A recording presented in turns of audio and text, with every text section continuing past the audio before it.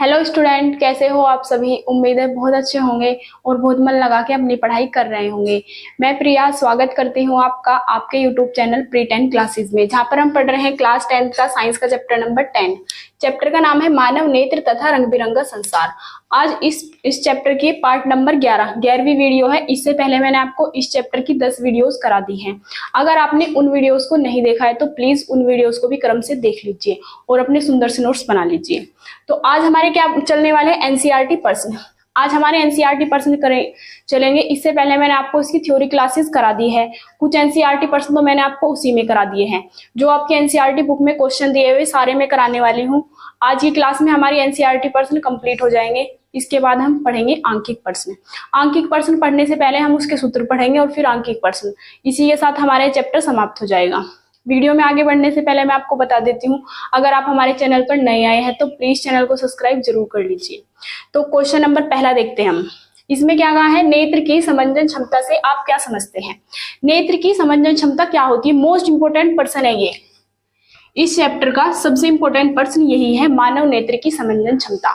समंजन क्षमता क्या होती है, देखो हम दूर वस्तु कोई रखी है तो दूर की वस्तु को भी देख सकते हैं, पास कोई वस्तु रखी है पास की भी देख सकते हैं। तो जो हमारा नेत्र है इसकी फोकस दूरी को हम समायोजित कर सकते हैं। दूर की वस्तु देखनी है तो हम अपनी फोकस दूरी को बढ़ा देते हैं, पास की वस्तु देखनी है तो फोकस दूरी को कम कर देते हैं। इसी क्षमता को नेत्र की समंजन क्षमता कहते हैं। अब हम लिखते हैं, नेत्र की फोकस दूरी को, नेत्र की फोकस दूरी को समायोजित करने की क्षमता को, समायोजित करने की क्षमता को, नेत्र की फोकस दूरी को समायोजित करने की क्षमता को नेत्र लेंस की समंजन क्षमता कहते हैं। क्षमता को नेत्र की समंजन क्षमता कहते हैं। उम्मीद है आपको समझ आ गया होगा। तो जो हमारी नेत्र लेंस की फोकस दूरी को समायोजित करती है क्षमता, उसी को हम नेत्र की समंजन क्षमता कहते हैं, ताकि हमें दूर और पास की वस्तु स्पष्ट रूप से दिखाई दे सके। तो इसमें हम क्या लिखेंगे, समंजन क्षमता कहते हैं जिसके कारण हमें पास तथा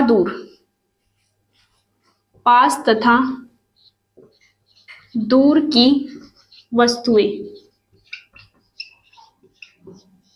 स्पष्ट रूप से दिखाई देती है।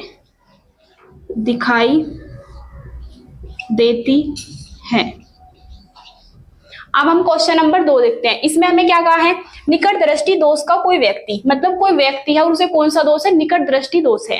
व्यक्ति 1.2 मीटर की दूरी पर रखी वस्तु को नहीं देख पाता। इसका मतलब क्या है, जो 1.2 मीटर है ना, उससे पास वाली वस्तु को तो वो देख सकता है, लेकिन उससे दूर वाली वस्तु को या फिर जो 1.2 मीटर की दूरी पर वस्तु रखी है उसे वो नहीं देख सकता। इस दोष को दूर करने के लिए प्रयुक्त संशोधित लेंस कौन सा होना चाहिए, ये पूछना चाह रहा है। व्यक्ति को कौन सा दोष है, निकट दृष्टि दोष। तो उसे दूर करने के लिए हमें किस फोकस दूरी का, मतलब कौन से लेंस का उपयोग किया जाता है। तो ये मैं आपको बता चुकी हूँ। निकट दृष्टि दोष के निवारण के लिए हम किसका उपयोग करते हैं, अवतल लेंस। तो इसका आंसर क्या आ जाएगा, उसने पूछा है प्रयुक्त संशोधित लेंस किस प्रकार का होना चाहिए, तो आंसर में कहेंगे हम अवतल लेंस। उम्मीद है आपको समझ आ गया होगा। अब आप इसका स्क्रीनशॉट लेके नोट कर सकते हैं।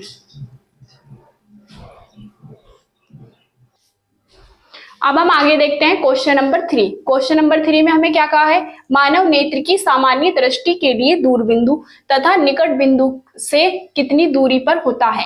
ये पूछना चाह रहा है, जो मानव नेत्र का निकट बिंदु होता है या दूर बिंदु होता है वो कितनी दूरी पर होता है, उसका मान बताना है। हम पढ़ चुके हैं निकट बिंदु क्या होता है। निकट बिंदु वो होता है वह न्यूनतम दूरी जिस पर रखी कोई वस्तु हम स्पष्ट रूप से देख सके, वो तो हमारा न्यूनतम बिंदु होता है, उसका मान होता है 25 सेंटीमीटर।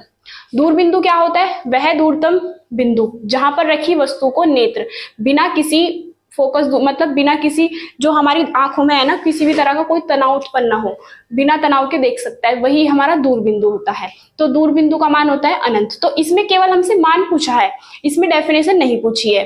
डेफिनेशन मैं आपको पिछली वीडियोज में लिखवा चुकी हूँ, तो केवल हम मान बताएंगे आंसर में। मानव नेत्र की सामान्य दृष्टि के लिए, तो हम यहाँ पे लिखेंगे सामान्य दृष्टि का मतलब है उसे किसी भी प्रकार का दोष नहीं है। सामान्य दृष्टि के लिए निकट बिंदु, निकट बिंदु कितना होता है 25 सेंटीमीटर। अब सामान्य दृष्टि के लिए दूर बिंदु क्या होता है अनंत, तो हम उसे लिख लेते हैं। सामान्य दृष्टि के लिए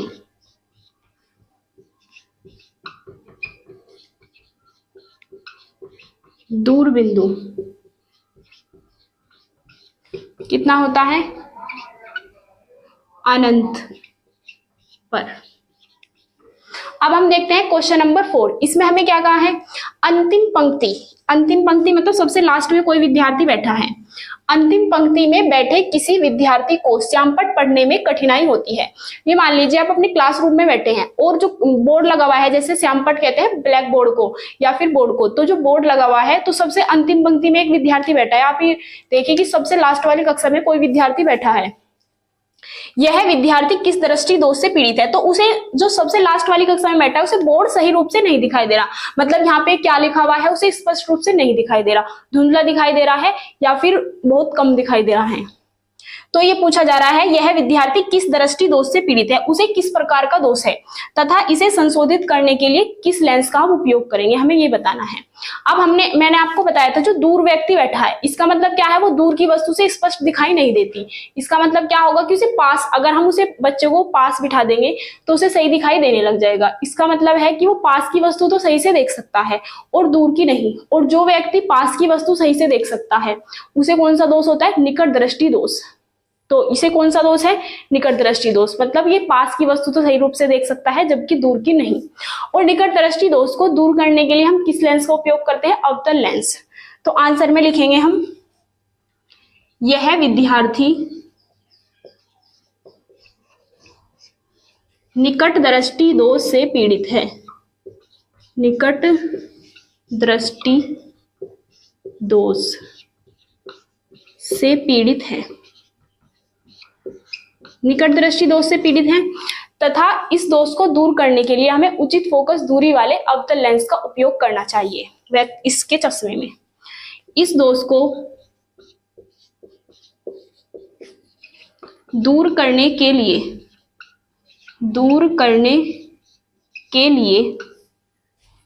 व्यक्ति के चश्मे में, मतलब विद्यार्थी है तो ये विद्यार्थी लिख सकते हैं, विद्यार्थी के चश्मे में उचित फोकस दूरी वाले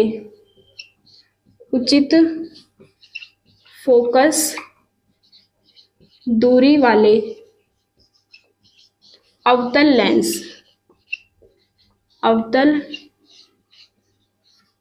लेंस का उपयोग किया जाना चाहिए।